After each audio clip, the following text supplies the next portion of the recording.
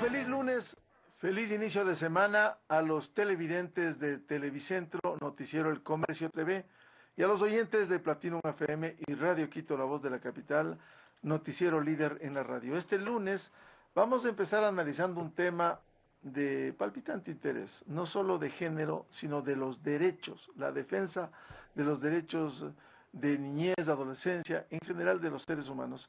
Está con nosotros la vicepresidenta del Consejo de Protección de Derechos, Sibel Martínez, a quien le damos la cordial bienvenida. Quisiera empezar con un tema de coyuntura. La semana anterior, en la Asamblea Nacional, se aprobaron las reformas al Código de la Democracia, la ley electoral, en donde una de las reivindicaciones para las mujeres fue el que haya la paridad.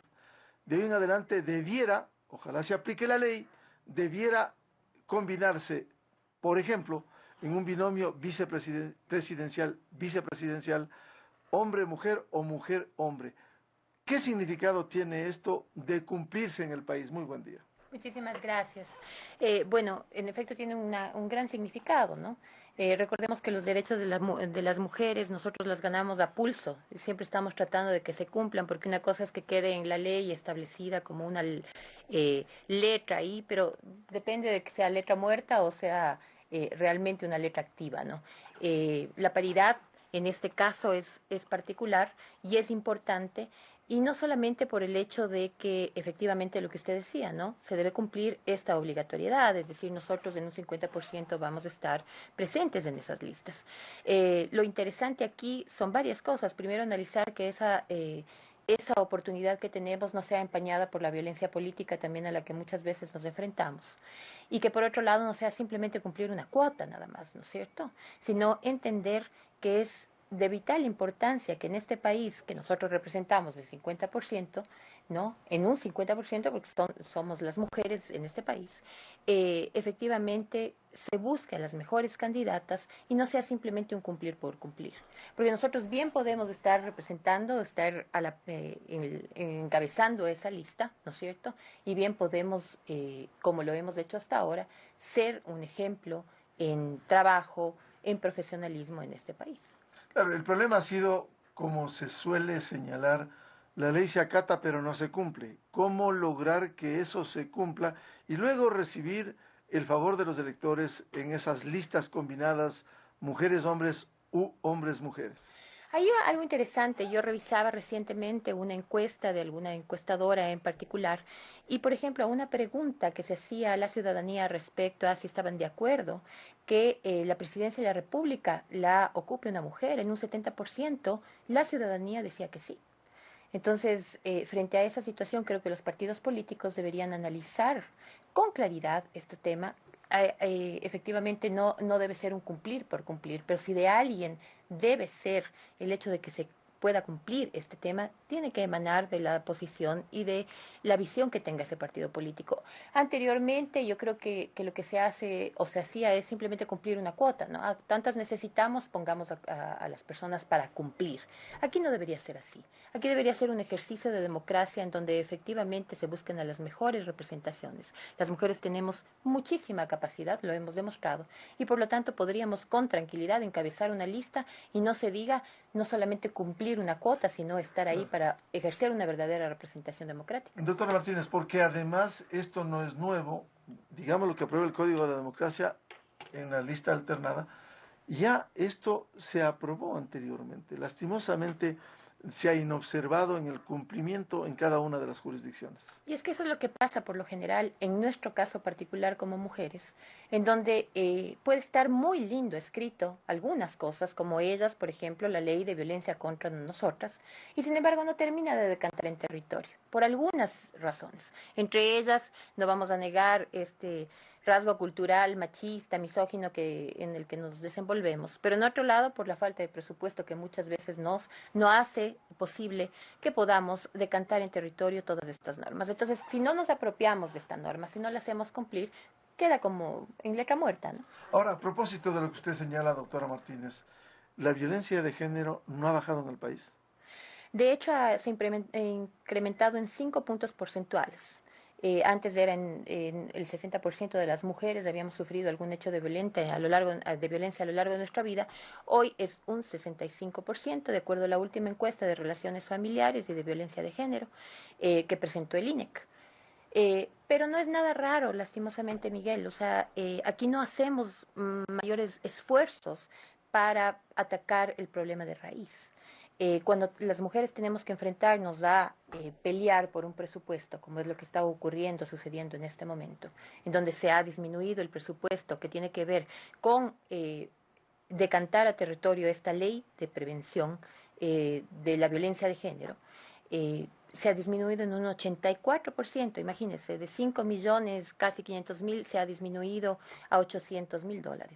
Efectivamente, nos dan viva cuenta de que, al parecer, para el gobierno, estas situaciones son algo que, eh, la de violencia de género estoy hablando, es algo que ocurre como a la distancia de obligaciones estatales, ¿no? A la distancia de esa obligatoriedad que tiene el Estado de protegernos y de velar porque estos hechos no sucedan. Si ha subido un 5%, como usted señala, la violencia de género, ¿cuál ha sido la respuesta de la justicia? ¿Se mantiene la impunidad? Se mantiene la impunidad y no solamente se mantiene la impunidad en casos de violencia de género, se mantiene la impunidad en casos de abuso sexual de niños, niñas y adolescentes, que también es supremamente grave. Y cuando hay impunidad en cualquier sociedad, se manda un mensaje muy claro de endoso, de insuficiencia y de se lesiona la paz social, pienso yo, ¿no es cierto? Porque claro, las víctimas de estos actos violentos lo único que hace con este mensaje de impunidad es limitarse a denunciar esos hechos violentos. Si además saben que no van a conseguir, ¿no? Resultados deseables, van a ser revictimizados, porque el sistema de protección de derechos que no termina de articularse, que debería comportar un verdadero obstáculo para esos agresores, no termina de articularse, pero por otro lado es altamente revictimizante. Y frente a esa situación, muchos de los casos, tanto de violencia de género como de violencia en contra de niños, niñas y adolescentes, simplemente no se denuncian, ¿no? Quedan, por tanto, en la impunidad en unos casos y en otros, ¿cómo lograr que se actúe con mayor diligencia frente a esa desprotección de niñas, de niños, adolescentes que han sido abusados sexualmente? Bueno, no hace poco vimos, por ejemplo, el dictamen de la Corte Constitucional que claramente se negaba, digamos, al registro este de violadores, la ley Rebas, como lo habían llamado. Y sí puede haber algunas justificaciones a este respecto. No es menos cierto que en este país no existe un registro sistematizado y por lo tanto, frente a esa situación, mal podemos hacer política pública. También no es menos cierto que la rehabilitación social no hay en este país. Esta rehabilitación tan necesaria en ofensores sexuales, una terapia cognitiva conductual con un seguimiento de recaídas para evitar las recaídas, en donde se podría garantizar que estos ofensores sexuales van a ser rehabilitados y tienen esta terapia. En muy pocos casos, pero al menos existe esta posibilidad. Aquí en el país no existe. Y sin embargo, se niega la posibilidad de tener este registro, la posibilidad de ver de una u otra manera la protección reforzada y eficaz que necesitan nuestros niños, ¿no? Por debajo de un ofensor sexual y sus derechos, ¿no es cierto? No es que no los tenga, no es que no los tenga, y debemos analizar con claridad este tema. Pero un país que no ha sabido proteger a sus mujeres, a sus niños y adolescentes, niñas y adolescentes, que no ha respondido de la manera en que deberíamos esperar frente a estos hechos violentos, donde no hay políticas públicas de prevención, de atención, de abordaje de estos problemas tan lacerantes, mal puede negarse a tener, por ejemplo, en este caso, registros o a buscar otras formas de proteger a esta sociedad vulnerable, hablo específicamente de niñez y adolescencia como grupo de atención prioritaria. Entonces, sí, en efecto hay un dictamen, la claridad de ese dictamen se basa en la readaptación social que debe tener el individuo, pero vivimos en Ecuador y en Ecuador lastimosamente hemos visto cómo incluso juegan fútbol con una cabeza de un delincuente dentro de la penitenciaría o de la cárcel. ¿Cómo podemos pensar que un ofensor sexual va a ser rehabilitado? Entonces, cuando salga, cuando cumpla su condena, efectivamente los niños seguirán en riesgo, ¿no? Ahora, el problema no solo es la ley. Recordemos el Código Orgánico Integral Penal que está vigente desde el 2014, se estableció la sanción con el femicidio. Y vemos que eso ha continuado y en muchos casos con impunidad o demora la justicia. Y justicia que tarda no es justicia.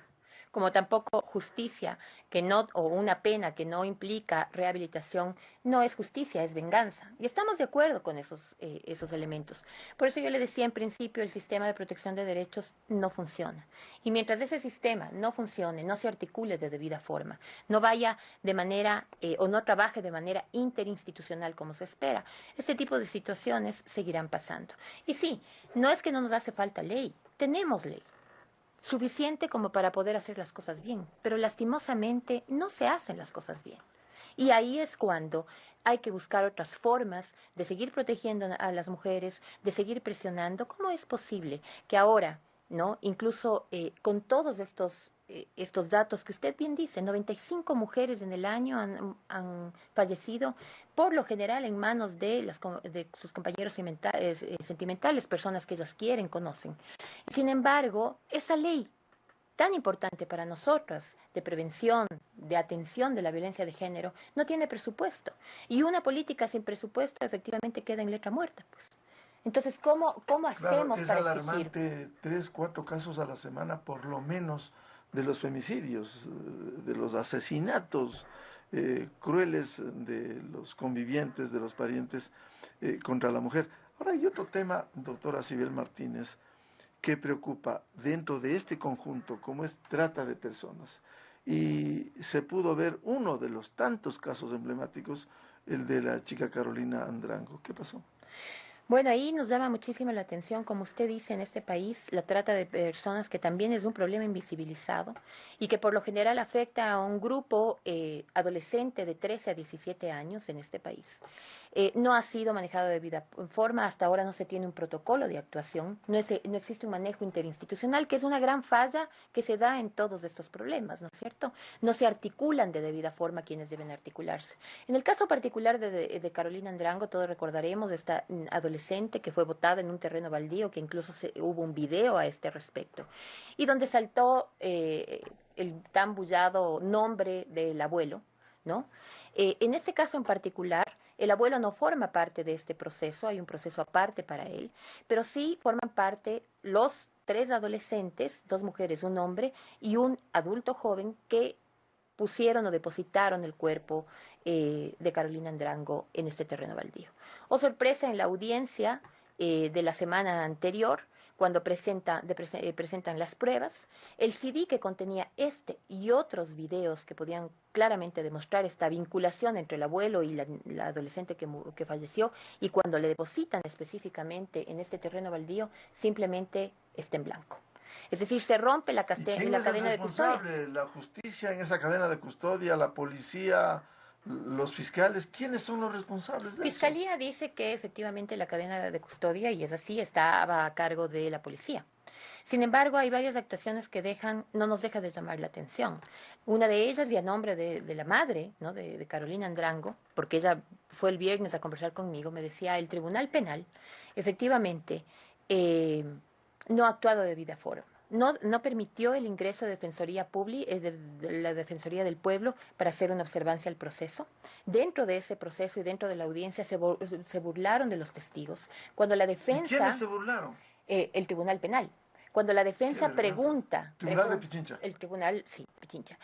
Pregunta... ¿Y alguno de ellos ya está en la Corte Nacional o no? No, tengo los nombres de estas personas y estamos pidiendo un control disciplinario en judicatura. Pero imagínese usted, cuando la defensa pregunta a uno de los testigos por qué razón concluyeron en la primera autopsia de Carolina Andrango que esta fue una muerte natural, uno de los jueces le dice no conteste esa pregunta. El juez induce a que no se conteste esa pregunta. Entonces han habido unos manejos que nos llama muchísimo la atención. ¿De ese juez? Es de apellido Méndez. El juez, por el momento no tengo exactamente el nombre, bueno, lo podría buscar, pero es un tribunal conformado por 2 mujeres y un hombre, Juan Carlos Méndez. Qué horror. Bueno, la vicepresidenta del Consejo de Defensa de los Derechos, la doctora Sibel Martínez, en el noticiero El Comercio TV a través de Televicentro. En las radios vamos a continuar, Platinum FM y Radio Quito, este diálogo. Un feliz lunes, feliz inicio de semana, muy buen día.